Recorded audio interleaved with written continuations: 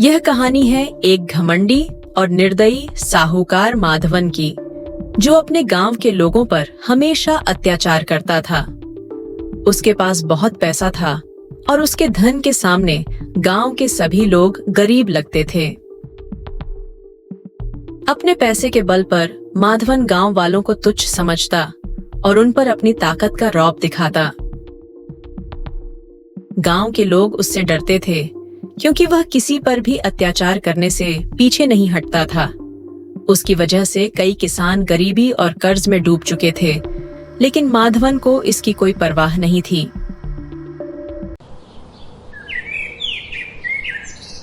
गांव में एक गरीब किसान रामू था।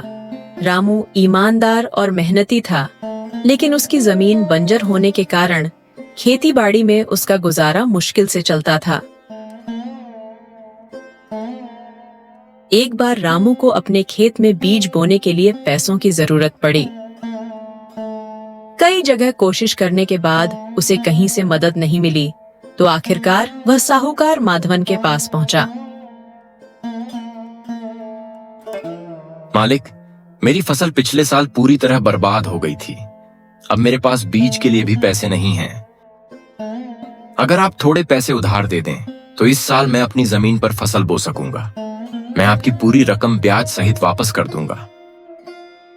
माधवन ने उसे ऊपर से नीचे तक तिरस्कार भरी नजरों से देखा और बोला, तुम जैसे गरीब लोग कर्ज लेकर कभी लौट आते नहीं हो। मेरे पास इतनी फुर्सत नहीं है कि तुम जैसे भूखों की मदद करूं। फिर भी पैसे की लालच में उसने सोचा कि इस पर इतना ज्यादा ब्याज लगा दूंगा कि इसकी कमर टूट जाएगी। माधवन ने रामू को कड़ी शर्तों पर कर्ज दिया और कहा, ध्यान रखना, अगले 3 महीने में तुम्हें कर्ज के साथ 2 गुना ब्याज चुकाना होगा। अगर नहीं चुका पाए तो ये खेत मेरे हो जाएंगे। रामू के पास कोई और चारा नहीं था। उसने कर्ज ले लिया और अपनी फसल बोने में जुट गया। लेकिन उसकी बदकिस्मती से फिर से बारिश नहीं हुई और रामू की फसल बर्बाद हो गई। 3 महीने पूरे होने के बाद माधवन रामू के घर पहुंचा और कर्ज की मांग की। रामू ने उसे विनती करते हुए कहा, मालिक, मेरी फसल फिर से बर्बाद हो गई है। कृपया मुझे थोड़ा और समय दे दीजिए। मैं मेहनत करके आपका कर्ज चुका दूंगा। माधवन ने उसकी एक भी नहीं सुनी और गुस्से में बोला, मुझे तुम्हारी बातों में कोई दिलचस्पी नहीं है। या तो पैसे वापस करो या फिर अपना खेत छोड़ दो। मालिक, यह जमीन मेरे पूर्वजों की निशानी है। मैं इसे खो नहीं सकता। बस थोड़े दिन का समय दे दीजिए। तुम गरीब लोग हमेशा बहाने बनाते हो। इस बार तुम्हारी चालाकी नहीं चलेगी। अगर 3 दिन में पैसा नहीं चुकाया तो मैं तुम्हारा खेत अपने नाम कर लूंगा।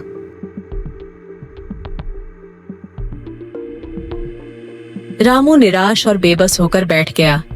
उसके पास कोई सहारा नहीं बचा था। उसने गांव के मंदिर में जाकर भगवान से प्रार्थना की, हे भगवान, मेरी मेहनत का फल मुझे क्यों नहीं मिलता? मेरे पास सब कुछ खत्म हो गया है, लेकिन मैं अपने पूर्वजों की जमीन नहीं खोना चाहता। अगले दिन गांव में एक साधु आया। गांव के लोग उसे देखकर आदर से उसके पास पहुंचे। साधु ने सभी को आशीर्वाद दिया और फिर रामू के घर की ओर बढ़ा।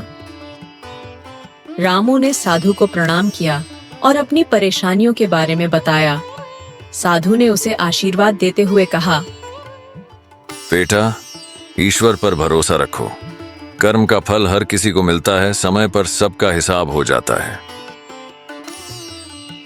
साधु ने रामू को एक बर्तन देते हुए कहा, यह बर्तन बहुत खास है।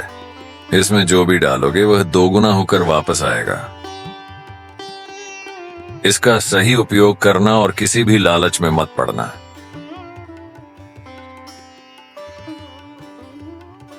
रामू ने बर्तन में चावल के कुछ दाने डाले और देखा कि वह 2 गुना होकर वापस आया। फिर उसने थोड़े पैसे डालकर देखे तो वह भी 2 गुने होकर लौटे।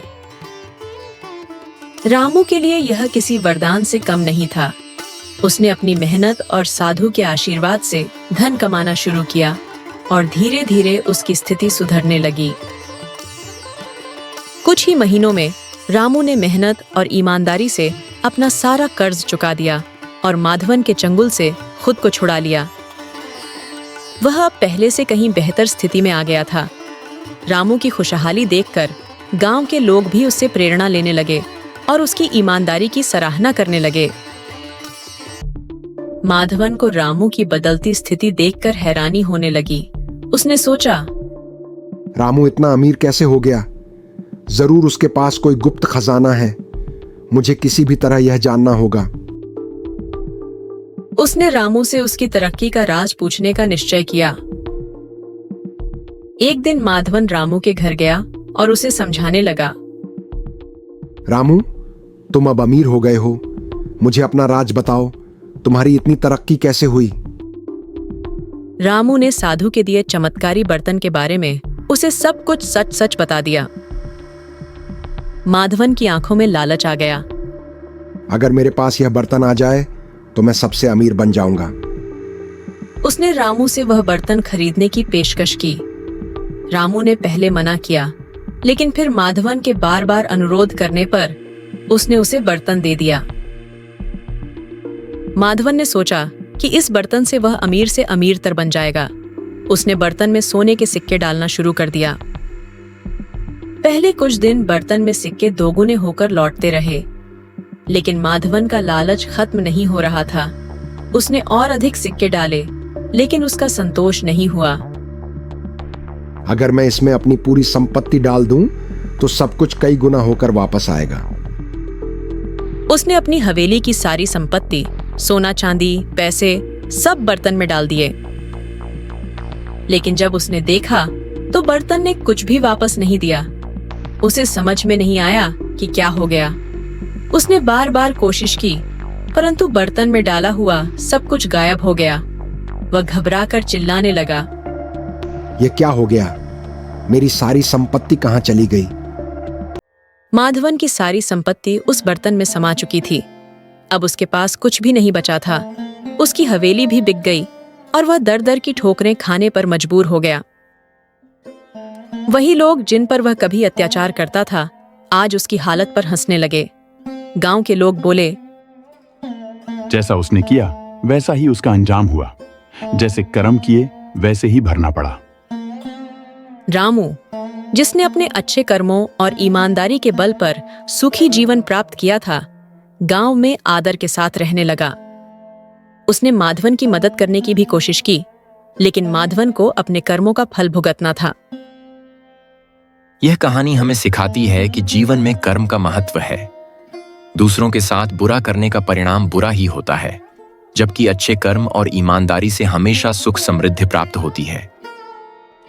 जैसे करोगे वैसे ही भरोगे, यह नियम अटल है। वीडियो को कृपया लाइक, शेयर और सब्सक्राइब करें।